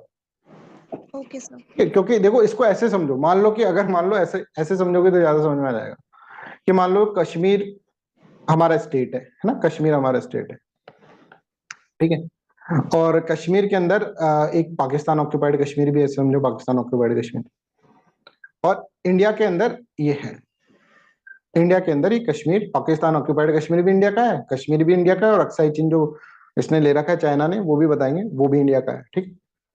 अब कश्मीर ऐसे डिसाइड कर लेता है कि कश्मीर पाकिस्तान से एक ट्रीटी साइन कर लेता है कि भाई पाकिस्तान ऑक्यूपाइड कश्मीर तुम रख लो। ऐसा हुआ ना, तिब्बत क्या था, अब देखो तिब्बत, कश्मीर की जगह तिब्बत रख दो, पाकिस्तान ऑक्यूपाइड कश्मीर की जगह क्या रख दो, हमारा ये अरुणाचल प्रदेश रख दो, ठीक है, और यहाँ चाइना रख दो। तो तिब्बत ने किससे कर लिया, ब्रिटिश इंडिया से प्रॉमिस कर लिया कि भाई अरुणाचल प्रदेश तुम्हारा, ऐसा है ना विशु। Yes sir. ऐसा हुआ है, राइट। तो हम देख रहे हैं लीगल पर, हमको कभी भी इस चीज को ऐसा नहीं करना है, हमको यही कहना है कि भाई देखो हमारा जो है क्लेम जो है that is on Arunachal Pradesh, और वो चलता आ रहा है तो उसको हम उसको क्लेम को तो हमको मानना ही है उस क्लेम को, ठीक है। कभी भी सुवरेनिटी और इंटेग्रिटी के साथ मत खिलवाड़ कर देना भारत की, ठीक है, एग्जाम के अंदर। तो आई होप है ना, तो आपको क्लियरली अंडरस्टैंड हो गया होगा कि क्या किस तरह से ये हुआ, क्योंकि मैकमोहन लाइन को कभी भी रिकॉग्नाइज नहीं करा गया चाइना के द्वारा, बट उस वक्त तिब्बत और गवर्नमेंट ऑफ इंडिया के गवर्नमेंट जो ब्रिटिश इंडिया है उसके कारण उसके अंदर डील हो गई थी, जिसके अंदर वो लाइन खींच गई, मैकमोहन लाइन। तो ब्रिटिशर्स खींच के गए, जब आजादी दे के गए तो भाई हमारी जो लाइन है वही हम मानेंगे, भाई आजादी आजादी हो गई उसके बाद तुम ऐसे कहोगे कि भाई नहीं ये लाइन हमारी थी, तो पुराने उसको ना मानकर हम कहेंगे उस वक्त तुम बोलते ब्रिटिशर से बोलते भाई अभी तो ये लाइन हमारी है, तो हम इसको तो ब्रिटिशर्स हमको आजादी दे गए तो वो पूरा का पूरा एरिया भी हमारा ही हो गया, फिर ऐसा मानते हैं इंटरनेशनल पॉलिटिक्स के अंदर, ठीक है। तो I hope this is clear to everyone, यहां तक अपन को इसके अंदर समझ में आया, राइट। अब जो दूसरा इशू है, तो एक इशू अपन ने हिस्ट्री पढ़ ली, अब हिस्ट्री के अंदर से अब ये सब जब जब इंडिया और चाइना रिलेशन पढ़ेंगे ना, अभी अपन तो चाइना ही चाइना पढ़ रहे हैं, तो उसके अंदर बाउंड्री डिस्प्यूट आएगा एक, तो बाउंड्री डिस्प्यूट के अंदर उसको और एक्सप्लेन करेंगे, ठीक है। तो जब आपको शिमला कॉन्फ्रेंस याद है तो आपका इस तरह से रिवीजन भी हो जाता है, ठीक है। जब चाइना खत्म हो जाएगा उसके बाद यूएसए को भी लेकर आएंगे, थोड़ा सा यूएसए और चाइना के बीच में डायमेंशन समझेंगे, इसके अंदर थोड़ा बेसिक स्ट्रक्चर यूएसए का भी समझ लेंगे, और उसके अंदर फिर वो नैन्सी पेलोसी वाला केस जो है उसको पूरा का पूरा डिस्कस कर देंगे, ऐसा चलेगा अपना, है ना। तो उसके वो जो चीजें हैं वो भी तुमको याद आ जाएंगी। अभी चलिए let's start with this one, एक और न्यूज आई थी साउथ चाइना सी वाली जो है, उसको अपन इसके अंदर समझते हैं, साउथ चाइना सी का क्या इशू है, ठीक है। अब देखो साउथ चाइना सी का क्या इशू है, हम आपको बताते हैं। मैंने आपको बताया था कि प्रेशर कुकर सिंड्रोम एक थ्योरी है ना, ये थ्योरी है ना, जो यूएसए ने भी पॉपुलराइज करी है, प्लस चाइना के अंदर कुछ लोग जो हैं डिप्लोमेट्स वो भी इसको मानते हैं कि चाइना के अंदर बहुत सारा क्या है, बहुत सारे प्रेशर कुकर्स बने हुए, और China is just like a pressure cooker, और एक ना एक दिन चाइना का वो प्रेशर कुकर फट जाएगा, ठीक है, ऐसा मानकर चलते हैं ये लोग। अब क्या किया जाए सर इसके अंदर, तो इसके अंदर एक चीज है कि भाई चाइना क्या करता है, चाइना बाहर के अंदर इश्यूज क्रिएट करने लगे, जब भी चाइना का जिनजियांग प्रोविंस ज्यादा हाईलाइट होने लगे तो चाइना बाहर ऐसा इशू प्रोवाइड कर देगा कि सब कोई डाइवर्ट हो जाएगा उसके ऊपर, ठीक है। तो ऐसा एक south China, one of the reason of south China dispute is this one, ठीक है। अब हम समझते हैं साउथ चाइना डिस्प्यूट है क्या। देखो बच्चों ये रेड लाइन तुमको दिख रही है, ये 1 2 और यहाँ पे देखिए 3 4 5 6 7 8 एंड 9, ये 9 रेड लाइन आपको यहाँ पर दिख रही है, ठीक है। इसको बोलते हैं 9 dash line, 9 dash line, 9 dash line, ठीक है। इसको क्या बोल रहे हैं हम, 9 डैश लाइन। और ये जो पूरा का पूरा एरिया है, जो समुद्र है, ये साउथ चाइना सी कहलाता है, ठीक है। दिस इज साउथ चाइना सी, जिसके अंदर बहुत सारी कंट्रीज हैं, जैसे यहाँ पर देखेंगे आप फिलीपींस है, कुछ एरिया यहाँ पर फिलीपींस का है, इस तरह से आप देखेंगे, कुछ एरिया वियतनाम का है, ठीक है, जैसे यहाँ पर देखिए ये एरिया फिलीपींस का है, ये एरिया वियतनाम का है, कुछ एरिया यहाँ पर भी वियतनाम का है, तो ये कुछ कुछ स्पैटली आइलैंड जो है, राइट, ये सारे के सारे जो आइलैंड्स हैं वो किसी ना किसी के हैं, समझ में आ रहा है, किसी ना किसी के वो आइलैंड है। एक दिन क्या हुआ 2009 के अंदर, चाइना ने एक चिट्ठी लिखी, किसको, अनक्लॉज को। अनक्लॉज कौन है, यूनाइटेड नेशन की एक बॉडी है, United Nation convention on law, United Nation convention on law of seas, ठीक है। United Nation convention on law of seas, ठीक है, ये एक क्या है, ये एक ऑर्गेनाइजेशन है, ये डिसाइड करती है, ये ऐसे डिसाइड करती है, मान लीजिए भारत है तो भारत का ये तो टेरिटोरियल बाउंड्री हो गया, इसके बाद ये 12 नॉटिकल माइल जो होता है वो उसका क्या होता है, वो उसका एक तरह से टेरिटोरियल वाटर होता है, फिर यहां से लेकर 200 नॉटिकल माइल तक क्या होता है, एक्सक्लूसिव इकोनॉमिक जोन होता है, इकोनॉमिक जोन होता है, ठीक है, ऐसा समुद्र का एरिया जो है, राइट, वो है। तो ऐसे ही मान लीजिए फिलीपींस है, तो फिलीपींस का 12 नॉटिकल माइल तक टेरिटोरियल वाटर होगा, वो एक तरह से टेरिटरी मानते हैं उसको, फिर उसके बाद इस तरह से एक्सक्लूसिव इकोनॉमिक जोन होगा, 200 किलोमीटर का नॉटिकल माइल का एक्सक्लूसिव इकोनॉमिक जोन होगा, ठीक है, इतना ऐसे मतलब ऐसे मानते हैं, अनक्लॉज के अंदर ये चीजें हैं। अब क्या हुआ, चाइना ने एक दिन 2009 के अंदर अनक्लॉज को एक खत लिखा, जिसके अंदर चाइना ने कहा कि ये जो 9 डैश लाइन बनाकर उसने ये दिया और बोला कि सारा एरिया है ना मेरा है, मतलब चाइना ने क्या कहा, सर ये सारा एरिया उनका है, यस सर, सर फिलीपींस का एक्सक्लूसिव इकोनॉमिक जोन बिल्कुल पास हो रहा है, पर चाइना ने कहा कि ये सारा एरिया है ना मेरा है, अनक्लॉज से उसने बोला। अनक्लॉज को भी ऐसा लगा यार क्या बोल दिया, अनक्लॉज ने बोला हम देखेंगे इसको, देखते हैं हम क्या इसके ऊपर हो सकता है, अभी हम टेस्ट करेंगे इसको। बोले अरे सुनो तुम गलत समझ गए, तुमको देखना नहीं है, ये है, हम तुम्हें बता रहे हैं, हम क्लेम कर रहे हैं इसके ऊपर, और कोई तुमसे पूछे ना तो बोल देना ये चाइना का ही एरिया है। बोले ये गजब की दादागिरी है, बिल्कुल बिल्कुल दादागिरी है। अच्छा क्या तुम इसके अंदर बोल क्या रहे हो, मतलब क्या तुम इसके अंदर कौन सा लॉ लगा रहे हो भाई, कौन सा कानून लगा रहे हो, साउथ चाइना सी का अंदर पूरा का पूरा अपना एरिया बता रहे हो, कौन सा लॉ लगा रहे हो। तो चाइना ने बोला एक लॉ है, सुनो आप ध्यान से। बोले कौन सा, किसने बनाया, बोले हमने बनाया। तुमने क्यों बनाया, क्योंकि हमारे अंदर मिडिल किंगडम कॉम्प्लेक्स है, हम लॉ बनाएंगे, तुम थोड़ी ना बनाओगे। बोले क्या है लॉ, कि 2000 साल पहले ही हमारा था। ओ माय गॉड, कि हम बहुत बड़ी सभ्यता है और 2000 साल पहले ही हमारा ही था, तो हम इसको क्लेम नहीं कर रहे, हम इसको रिक्लेम कर रहे हैं कि ये हमारा है। और please don't try to fight with us on this issue, ठीक है, हमारे से ये लड़ने की बात ही नहीं है, हमने कर लिया है, 2009 के अंदर बोला। अनक्लॉज ने सोचा कि यार पगला गया है चाइना, और ऐसे बोल के चाइना भी चुप हो गया। ऐसे बहुत सारे ऐसे बोल के क्या कि ये वाला एरिया मेरा है, कोई आएगा नहीं इधर, ये सब चीजें तुमको देखना है, यूनाइटेड नेशन की बॉडी है तो तुम देखो, ठीक है, कि इधर कोई नहीं आया, नहीं तो फिर अंजाम हो गए, ऐसे करके चुप हो गया जाएगा 2009 के, ठीक है।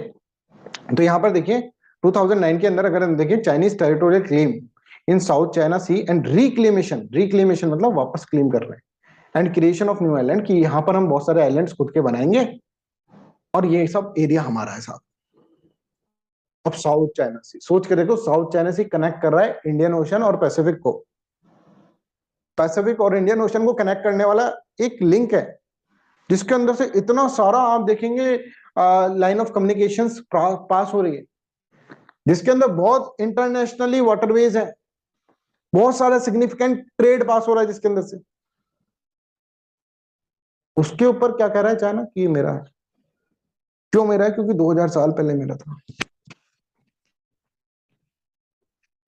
ठीक है। तो चाइना कैसे करता है, चाइना क्या बोलता है, चाइना इन 2009 के अंदर presented 9 dash line concept to UNCLOS United Nation convention on law of seize.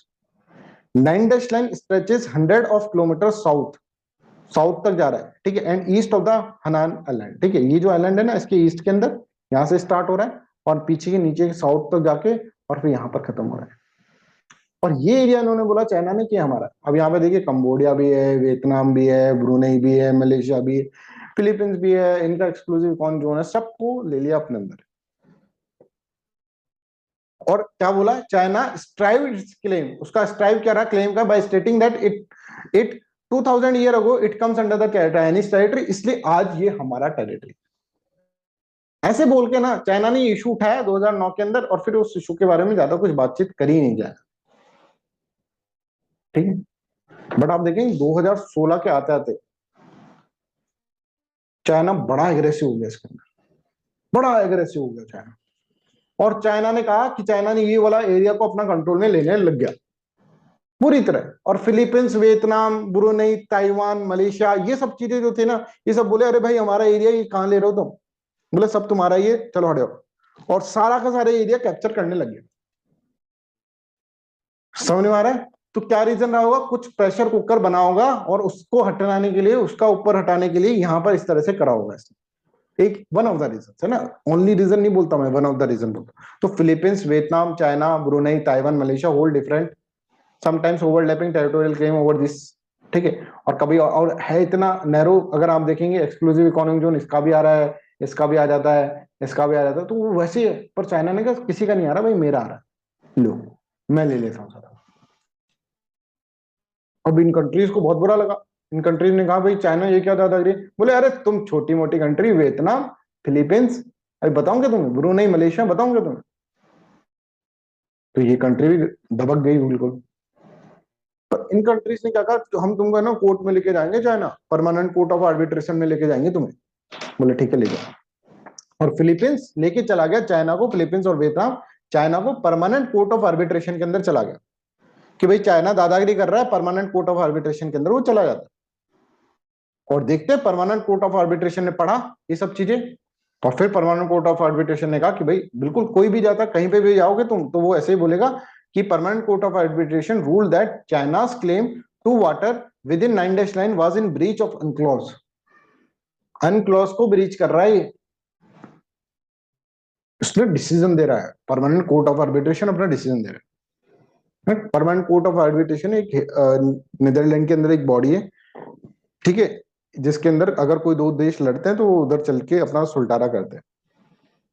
Permanent court of arbitration में ये इशू गया, ठीक है। और इसके अंदर क्या होता है, इसके अंदर ये बोल देता है permanent court of arbitration China को बहुत बुरी तरह डांटता है कि चाइना तुमको शर्म नहीं आती, इनके जो इकोसिस्टम है पूरा, स्पैटली आइलैंड और पार्सल आइलैंड का इकोसिस्टम ये तुमने पूरा बिगाड़ दिया। ये देखो पार्सल आइलैंड और स्प्रैटली आइलैंड, इसका इकोसिस्टम तुमने बिगाड़ दिया पूरा। ये स्प्रैटली आइलैंड फिलीपींस के अंदर, पार्सल आइलैंड वियतनाम के अंदर, इसका पूरा पूरा इकोसिस्टम तुम बिगाड़ रहे हो, तुमको शर्म नहीं आती, ओवर फिशिंग कर रहे हो, है ना। और यहाँ पर आर्टिफिशियल आइलैंड्स भी बना रहे हो, बहुत सारे आर्टिफिशियल आइलैंड्स बना रहे हो, जिसके कारण ये पूरा का पूरा इकोसिस्टम तुमने खराब कर दिया। फिलीपींस को तुम कंट्री नहीं समझ रहे, फिलीपींस के सोवरेन राइट्स को तुम हैम्पर कर रहे हो। इस तरह से कोर्ट ने बहुत बुरी तरह डांट लगाई China,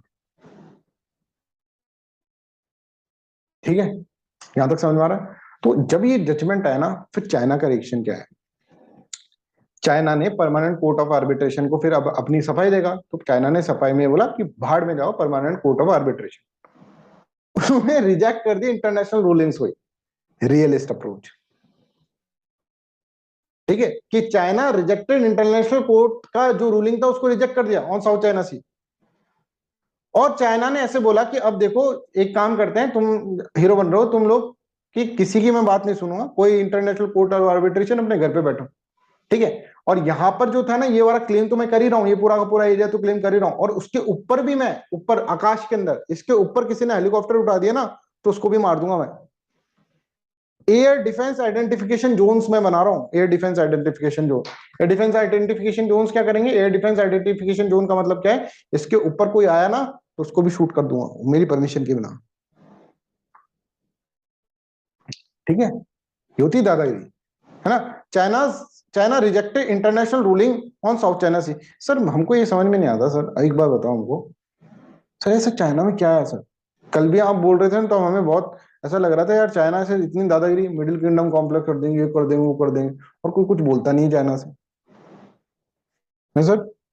international rules and regulation है कि नहीं, ये ऐसे सर, ये तो बहुत अत्यंत दादागिरी हो गई सर। ये China establish military air defence identification zone in south China sea. Sir ऐसा क्यों सर, ये सब चीजें पता चलेगा अभी आपको, थोड़ी देर में पता चलेगा, ठीक है। तो भाई ये एक बहुत बड़ी न्यूज थी। अब देखो क्या चीज दिक्कत है कि अब यहाँ पर क्या होगा ये अब समझो, ठीक है। अब थोड़ा सा आप डिटेल के अंदर मैं समझाता हूँ इसको। अब इन भाई लोगों से, ये जो भाई लोग थे ये सारे के सारे, Philippines, Vietnam, Brunei, Taiwan, Malaysia, इन सबको ऐसा लगता था और इन सबको ऐसा भरोसा दिला रखा था यूएसए ने, यूनाइटेड स्टेट्स ऑफ अमेरिका ने, कि भाई तुम लोग मेरे अलाइज हो, तुम लोग मेरे अलाइज हो। अलाइज का मतलब तुम मेरे लिए दोस्त हो, तुम्हारी सोवरेंटी और इंटेग्रिटी, टेरिटोरियल इंटेग्रिटी की रक्षा मैं करूंगा, यूएसए ऐसे बोला। और ये पिद्दी सा चाइना से डरने की जरूरत नहीं है तुम्हें। यूएसए पहले बोला कि Philippines, Vietnam, Brunei, Taiwan, Malaysia तुम लोगों की सबकी, और उस एरिया के वियतनाम, उस एरिया के अंदर जो मैंने आपको दिखाया था, ठीक है, उस एरिया के अंदर, क्योंकि रूट्स बहुत इंपॉर्टेंट है और वो एरिया भी बहुत इंपॉर्टेंट है, साउथ चाइना सी और ये वाला, तो उसके अंदर जो यूएस से बोलता है कि भाई ये वाला जो एरिया है ना, इसकी गारंटी मैं लेता हूँ, तुम दिक्कत मत करो, टेंशन मत लो। पर जैसे ही चाइना ने ये क्लेम करा ना, तो इन लोगों ने कहा, इन लोगों ने फोन मिलाया यूएसए को, सब ने, कि भैया यूएसए आ जाओ, आ जाओ। अब यूएसए, इनको लग रहा था यूएसए आएगा, चाइना को मारेगा, 2 लपड़ बिठा देगा और फिर वापस हमारा ये ले लेगा। यूएसए को फोन करा, भाई यूएसए ने तो 3 दिन तक तो फोन नहीं उठाया। फिर फोन उठाया, बोले यार मैं थोड़ा बिजी था। बोलो, बोले वो साउथ चाइना सी के ऊपर है ना, उन्होंने कब्जा कर लिया, हमारी टेरिटोरी इंटेग्रिटी और सोवरेनिटी को हैम्पर कर दिया, आ जाओ। यूएसए ने बोला ऐसे कैसे कर दिया? और यूएसए उस वक्त क्या हुआ कि यूएसए ने थोड़ा एग्रेशन दिखाया और अपने मिलिट्री हेलीकॉप्टर से लेके गया ऊपर ऐसे घुमाने के लिए, ठीक है। चाइना को पता लगा, चाइना ने कहा एक बार तो कर दी गलती, दूसरी बात मत कर दे, नहीं तो उड़ा देंगे। और यूएसए को भी चाइना ने कहा कि अब तुम आना मत, इधर इधर आए तो फिर देखा जाएगा, मतलब कॉन्सिक्वेंसेज हो जाएगी। पूरा का पूरा डिप्लोमेसी पूरी की पूरी इस तरह से लगा दी उसने। यूएसए के राजदूतों को सम्मान कर लिया, ठीक है, बोला कि उनसे देखो ये सब चीजें अब गड़बड़ हो जाएगी फिर। और यूएसए को पता चल गया कि भाई हमारे, अब देखो यूएसए उस वक्त 2016 की बात कर रहे हैं, ठीक है, यूएसए किसी देश के अंदर जाकर अटैक करने की स्थिति में नहीं था उस वक्त। क्यों? अफगानिस्तान में आधी फोर्सेस तो अफगानिस्तान में पड़ी है, इतने सारे जगह जगह पर उसने क्या कर रखे हैं, अपने फोर्सेस को लगा रखी,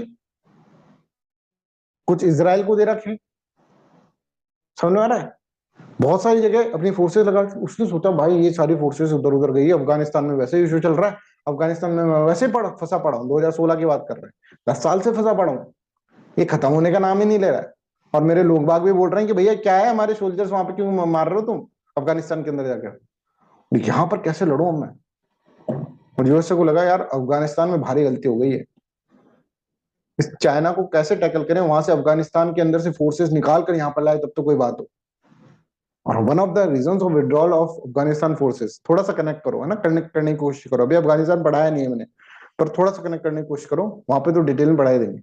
one of the reason of withdrawal of USA forces from Afghanistan is this China, rising influence of China. समझ में आ रहा है? तो साउथ चाइना सी डिस्प्यूट जब हुआ, ये सब चीजें जब साउथ चाइना सी डिस्प्यूट के अंदर हुआ, और China rejected international rulings of south China, China establish military air defence zones, ठीक है, इन साउथ चाइना सी। और इसके बाद जब यूएसए को लगा कि यार हम क्या करना चाहिए, अब हमको अपनी पॉलिसी चेंज करनी चाहिए। और उसके बाद पूरा वर्ल्ड जो है ना, एक तो पूरे वर्ल्ड को ये पता चल गया कि यूएसए चाइना से लड़ने की स्थिति में अभी नहीं है। पहले लोगों को पता नहीं था, ये लोगों को ऐसा लगता था नहीं नहीं यूएसए लड़ लेगा, पर जब स्थिति आई तब उसको लगा कि यूएसए बैक बैक बैक चला गया है, ठीक है, रिट्रेटेड बैक हो गया है यूएसए। और इन सब लोगों के अंदर जो एक कॉन्फिडेंस था ना, सेल्फ कॉन्फिडेंस में घूमते थे चश्मा लगाकर, वियतनाम हुआ, फिलीपींस हुआ, ठीक है, कंबोडिया हुआ, ये सब चीजें कि यूएसए आएगा हमें बचाएगा, उनके अंदर कॉन्फिडेंस हो गया लूज। और सब मान गए, है ना, सब मान गए भी चाइना तुम ही दादा हो। और चाइना ने ऐसा धमकाया इनको कि सब के सब ये मान गए कि चाइना तुम ही दादा हो। अब 2 काम होंगे, यूएसए बोलेगा कि भाई मेरा है ना, मेरा कंट्रोल छूट रहा है ना, इस एरिया पे से मेरा कंट्रोल छूट रहा है, तो इंडियन ओशन से लेकर पैसिफिक ओशन तक का एरिया मेरे को कंट्रोल में लेकर आना है वापस। तो मैं क्या करूंगा, अपनी जो भी फोर्सेस है ना, सारी फोर्सेस इंडियन ओशन और पैसिफिक में उतारूंगा। अब मेरी फोर्सेस कहाँ है? अरे यार अफगानिस्तान में लगा रखी। तो इसने क्या करा, यूएसए ने एक पॉलिसी बनाई, एशिया पिवट पॉलिसी।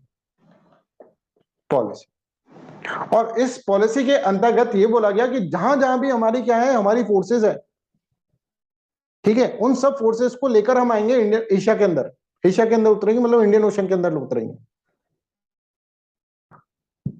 ठीक है, इंडियन ओशन के अंदर उतरेंगे। ये यूएसए ने इस तरह से, तो इसको बोलते हैं यूएसए पिवट पॉलिसी, है ना, USA pivot policy, USA Asia pivot policy. ये हुआ साउथ चाइना सी डिस्प्यूट, एक बहुत बड़ा डायमेंशन है, ठीक है, वर्ल्ड पॉलिटिक्स के अंदर। साउथ चाइना डिस्प्यूट के कारण कई लोगों के मिथ ब्रेक हो गए कि यूएसए आएगा हमें बचाएगा, ठीक है, एक पॉइंट तो ये। दूसरा, साउथ चाइना सी डिस्प्यूट के बाद चाइना ने अपनी एक एक्सट्रीम लेवल की दादागिरी दिखा दी वर्ल्ड को, और वर्ल्ड उसका कुछ नहीं कर पाया। क्यों, मैं बताऊंगा आगे। वर्ल्ड उसका कुछ नहीं कर पाया, ये भी दिखा दिया। और जो सारे के सारे फिलीपींस, वियतनाम और ये जो लोग थे अलाइज कहलाते थे, वो चाइना के दबाव में आ गए और वहां पे यूएसए का इन्फ्लुएंस कम हो गया। और यूएसए ने सोचा मेरे को अपना वापस से रिगेन करना है इन्फ्लुएंस, इसलिए मैं क्या करूंगा, सब जगह से अपनी फोर्सेस निकालकर और यहां पर डालूंगा। और चाइना जो है, अब चाइना को कोई पसंद नहीं कर रहा है यहाँ पे। दादा के देखो, दादा जो होता है ना डॉन, उसको कोई पसंद नहीं करता है। समझ में आ रहा है ये बात, ये डॉन को कोई पसंद नहीं करता है, और डरते हैं सब कि रेस्पेक्ट जो होता है वो डर के कारण होता है। तो चाइना को भी पता है कि ये लोग है ना मेरे को पसंद नहीं करते हैं, है ना। तो चाइना ने सोचा कि मैं इनको कुछ कंसेशंस दूंगा। अब देखो, आप देखेंगे सर हर चीज कितना मतलब लॉजिकली चलता है इंटरनेशनल रिलेशन। भाई साउथ चाइना सी डिस्प्यूट उस वक्त ही क्यों हुआ, जिनजियांग प्रोविंस के अंदर कुछ प्रॉब्लम चल रहा था, अपना ध्यान भटकाना था, इधर लेके आ गए। फिर उसके बाद पिवट पॉलिसी उसी वक्त क्यों हुई, इसलिए हुई क्योंकि दादागिरी दिख गई चाइना की। हर चीज होती ना एक टाइम पर हो गई। फिर चाइना क्या करेगा, चाइना इन लोगों को कंसेशन देगा, और कंसेशन के अंदर आपने सबने सुना है एक one belt one road initiative, one belt one road initiative सुना है, जिसके अंदर इंफ्रास्ट्रक्चर प्रोजेक्ट्स बनाए। चाइना ने बोला अरे भाई देखो सुनो यार, तुम लोग दोस्ती हो, तुम तो ऐसे मतलब अमेरिका अमेरिका कर रहे थे, इसलिए मेरे को भी गुस्सा आ गया, अब बैठते हैं और मैं तुम्हारे यहाँ पे इंफ्रास्ट्रक्चर डेवलपमेंट कर दूं, I have big pockets with me. One belt one road initiative और एक एशिया इंफ्रास्ट्रक्चर इन्वेस्टमेंट बैंक, ये बनाया। ये दोनों चीजें चाइना लेकर आया। यूएसए क्या कर रहा है, यूएसए ने पिवट पॉलिसी लेकर आया। समझ में आ रहा है। तो अब हम यूएसए की पिवट पॉलिसी पढ़ेंगे, ठीक है, सबसे पहले, है ना। यूएसए की पिवट पॉलिसी क्या है ये हम पढ़ेंगे। और फिर चाइना का कोर्स करेक्शन, कोर्स करेक्शन ये समझ लो, सबको धमका दिया, पुचकार रहा है, one belt one road initiative और AIIB। अब ये समझो, ये जो हम डायमेंशन पढ़ा रहे हैं, है ना, ये जो डायमेंशन पढ़ा रहा है ना, ये वन ऑफ द रीजन है, ये ओनली रीजन नहीं है, वन ऑफ द रीजन है। हम इनके और रीजंस भी पढ़ाएंगे टाइम आने पर आपको, कि साउथ चाइना सी डिस्प्यूट होने के बाद चाइना OBOR लाया, तो एक रीजन ये था कि कॉन्फिडेंस बिल्डिंग मेजर्स हैं इन कंट्रीज के लिए, पर ये ओनली रीजन नहीं है। आगे हम अभी पढ़ेंगे, अभी पढ़ लेंगे इसको, one belt one road initiative के अंदर क्या रीजन। अभी तक बताओ यहां तक सबको कहानी की तरह समझ में आ रहा है क्या? अपन ने कहां पढ़ा, अपन ने स्टार्ट करा आज हिस्ट्री ऑफ चाइना से, ठीक है, हिस्ट्री ऑफ चाइना से स्टार्ट करा। और चाइना की हिस्ट्री के अंदर मैंने दो बातें पढ़ी, एक तो वन चाइना पॉलिसी, ठीक है। एशिया पिवट पॉलिसी मैंने पढ़ाई नहीं उज्जवल, मैंने तो एक पॉइंट बताया, अभी उसको डिटेल में पढ़ाऊंगा। ओके सर, है ना, अभी बताऊंगा, बस पॉइंट ही बताया अभी। और OBOR भी डिटेल में पढ़ाऊंगा, AIIB भी डिटेल में पढ़ाऊंगा, बस अभी वो पॉइंट खोला है। अभी एक बार रिवाइज कर लेते हैं। हिस्ट्री ऑफ चाइना पर, हिस्ट्री ऑफ चाइना के अंदर हमने देखा कि 1900, देखो अब कैसे बनाओगे तुम अपनी कॉपी के अंदर, किस तरह से नोट्स बनाओगे ये समझ लो। History of China, history of China के अंदर पहला पॉइंट ऐसे बनाना, फ्लो चार्ट के अंदर बना लेना, मतलब जिससे कि तुमको सही हो रहेगा। आज सब घर पे बैठ के बना लेना। पहला पॉइंट अब देख लेना, ताइवान इशू, ताइवान इशू या फिर वन चाइना पॉलिसी इशू, और दूसरा जो है वो तिब्बत इशू, ठीक है। अब यहाँ पर ऐसे लिखना 1912, और यहाँ पे ब्रैकेट में जिनहाई रिवॉल्यूशन, और इसके अंदर देख लेना कि KMT ब्रैकेट में Republic government replace king dynasty, replace king dynasty. फिर लिखना 1927 CPC वर्सेस KMT, शॉर्ट में, शॉर्ट बताना है, ठीक है, एक बार में रिवाइज। CPC वर्सेस KMT हो जाएगा। फिर 1949 KMT रूलर्स कहाँ पे चल जाएंगे, ताइवान के अंदर चल जाएंगे, ताइवान, और अपने आप को रिपब्लिक ऑफ चाइना बोलने लग जाएंगे। फिर चाइना की वन चाइना पॉलिसी आएगी, जिसके अंदर चाइना बोलेगा there is only one China, only one China, that is people's republic of China, ठीक है। और जो भी दूसरे republic of China, if anyone establish diplomatic relation with republic of China, then people's republic of China will break all the relations with it, ठीक है, इस तरह से बोलते, ठीक है, आपका वन चाइना पॉलिसी, राइट।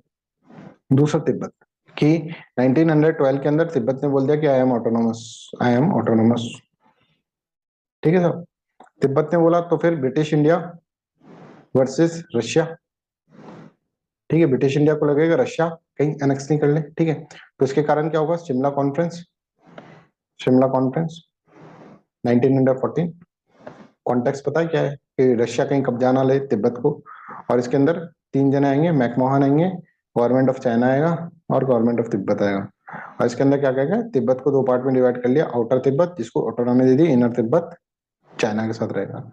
ठीक है, फिर इसके बाद क्या होगा, इसके बाद आप देखेंगे मैकमोहन लाइन वाला आएगा, ये चीज अपन ने पढ़ी। ठीक है, तो any doubt in this one, ये चीज अपन ने इसके अंदर पढ़ ली। फिर अपन ये चीज पढ़ने के बाद फिर अपन क्या करें कि शिमला कॉन्फ्रेंस से ही क्या है, मैकमोहन लाइन वाला जो इशू है वो है बाउंड्री डिस्प्यूट, और शिमला कॉन्फ्रेंस से ही ये ताइवान वाला इशू भी जो हुआ है, ताइवान वाला इशू तो दूसरा है। ठीक है, ताइवान इशू तो 1912 के अंदर जिनाई रेवोल्यूशन का पार्ट। ठीक है, ये हम पढ़ लिए। फिर हम साउथ चाइना सी डिस्प्यूट पढ़ लिए। साउथ चाइना सी डिस्प्यूट के अंदर हम समझ गए कि चाइना क्या क्या बोल रहा है, चाइना ने क्या क्या बोला और उसको कब्जा लिया पूरा। ठीक है, अब जब चाइना ने इसको कब्जा लिया तो फिर उसके बाद क्या होता है, देखो एक बहुत बड़ा इवेंट हुआ है ये, समझो वर्ल्ड के अंदर साउथ चाइना सी डिस्प्यूट। अगर आप देखेंगे 100 साल बाद जब आप हिस्ट्री लिखेंगे, मतलब कोई हिस्ट्री लिखेगा तो बोलेगा वर्ल्ड बिफोर साउथ चाइना सी और वर्ल्ड आफ्टर साउथ चाइना सी। साउथ चाइना सी डिस्प्यूट के बाद चाइना की दादागिरी सबके खुल के सामने आ गई और चाइना ने एक बहुत बड़ा स्टेप उठाया, बहुत करेजियस और बहुत एग्रेसिव और बहुत ही रेडिकल स्टेप था।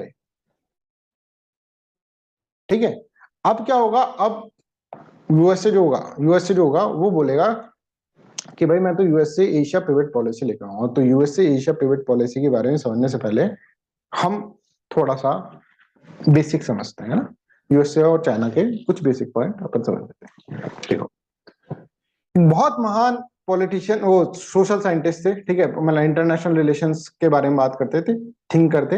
इनका नाम था थूसाइडाइडस। ठीक है, थूसाइडाइडस। तो उन्होंने एक थ्योरी दी थी जिसका नाम थूसाइडाइडस ट्रैप। अब उसके अंदर क्या था, अब ये समझो, मजे से समझना है ना, कोई ऐसे थूसाइडाइडस समझकर ऐसे नहीं कि भाई एक और नाम याद रखना पड़ेगा, नहीं है ना। ये थूसाइडाइडस ट्रैप क्या है ये मैं आपको समझाता हूं, और कोई बड़ी बात नहीं कही है, जो बात है वो अपन को भी पता ही है। ये बोलता है कि मान लीजिए एक एस्टेब्लिश्ड पावर है, ये एक एस्टेब्लिश्ड पावर है और एक राइजिंग पावर है। राइजिंग मतलब जो बढ़ रही है, ठीक है, धीरे धीरे ग्रो कर रही है। अगर एक राइजिंग पावर, ठीक है, एक एस्टेब्लिश पावर को क्या करेगा, एस्टेब्लिश पावर को चैलेंज करेगा। व्हेन ए राइजिंग पावर, ठीक है, challenges the authority of established power, then युद्ध होके ही रहेगा, वार विल बिकम इनएविटेबल। ये थूसाइडाइडस ने कहा था। बोला ये ट्रैप है। अगर हम देखें वर्ल्ड वार के अंदर भी, ठीक है, अगर हम देखेंगे जर्मनी जो था वो एस्टेब्लिश पावर था, ब्रिटेन जो था एस्टेब्लिश पावर था, जर्मनी उसको चैलेंज कर रहा था। ठीक है, अब यहां पर देखें तो कौन एस्टेब्लिश पावर है, एस्टेब्लिश पावर यूएस से। राइजिंग पावर देखें तो कौन है, चाइना। ठीक है, तो थूसाइडाइडस ट्राइब जो भाई साहब थे थूसाइडाइडस, वो क्या कह के चल गए, थूसाइडाइडस ये कह के चल गए कि अगर कोई एस्टेब्लिश पावर को राइजिंग पावर चैलेंज करेगा तो वार होकर ही रहेगा। एक ट्रैप होता है जिसमें तुम फंस गए हो और उसमें युद्ध, इसका अंतिम जो होगा वो युद्ध ही होगा। ठीक है, तो ये हो थूसाइडाइडस ट्रैप। ठीक है, बेसिक्स पढ़ रहे हैं थोड़े से अपन इसके अंदर, फिर अपन थोड़े ऐसे करते करते पढ़ते रहेंगे चाइना के वर्ड्स। तो थूसाइडाइडस क्या बोलते हैं, when a rising power, Greek scientist थी, है ना, ग्रीक फिलोसोफर। ग्रीस ने ना बहुत फिलोसोफर दिए, सुकरात, प्लेटो, सब ग्रीस के। ठीक है, तो when a rising power challenges an authority for causing fear in an established power, then war will become inevitable. युद्ध होके रहेगा। एक ट्रैप है जिसके अंदर युद्ध होके रहेगा। तो अब आप समझो यहाँ पे एस्टेब्लिश्ड पावर कौन है, यूएसए, और राइजिंग पावर कौन है, चाइना। दोनों बढ़ रहे हैं आपस में, युद्ध होके रहेगा। राइट, तो यहां पर इसके अंदर इस तरह से बोला। तो अब यूएसए का पिवट पॉलिसी जो है, यूएसए का पिवट पॉलिसी है, वो क्या कह रहा है, यूएसए की पिवट पॉलिसी इस तरह से बोल रही है। मैं, है ना, तुमको लिखकर दे दूंगा, ये अभी लिखा हुआ नहीं है मेरे पास शायद इसके अंदर। तो यूएसए पिवट पॉलिसी ऐसे बोल रही है कि भाई हम अपना सारा का सारा जो फोर्सेज है ना वो एशिया के अंदर उतारेंगे। सारे फोर्सेज जो होंगे वो एशिया के अंदर हम उतारेंगे फोर्सेज। ठीक है, क्योंकि भाई चाइना जो है उसको कंट्रोल करना है। ठीक है, सारे के सारे फोर्सेज जो होंगे हम एशिया के अंदर उतारेंगे अपने।